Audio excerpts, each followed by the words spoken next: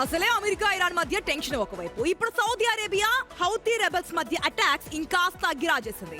Iran support ఉన్న హౌతీలు red సీలో దిగ్బంధనాన్ని ప్రకటించారు. సౌదీ అరేబియాలోని one of the largest oil refinery అయిన ఆరామ్కో రిఫైనరీపై డ్రోన్ దాడి జరిగినట్టు తెలుస్తోంది.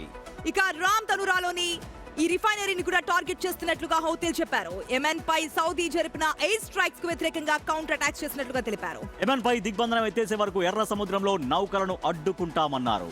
దాడి వల్ల ఆయిల్ రిఫైనరీ దగ్గర భారీగా మంటలు చెలరేగాయి. ఘటన నేపథ్యంలో రిఫైనరీని టెంపరీగా మూసేశారు అధికారులు. అయితే ప్రస్తుతం మంటలు అదుపులోకి వచ్చినట్టు తెలుస్తోంది. ఈ ఘటనలో ఇప్పటి వరకు ఆస్తి ప్రాణ నష్టం డీటెయిల్స్ పై ఇంకా క్లారిటీ లేదు.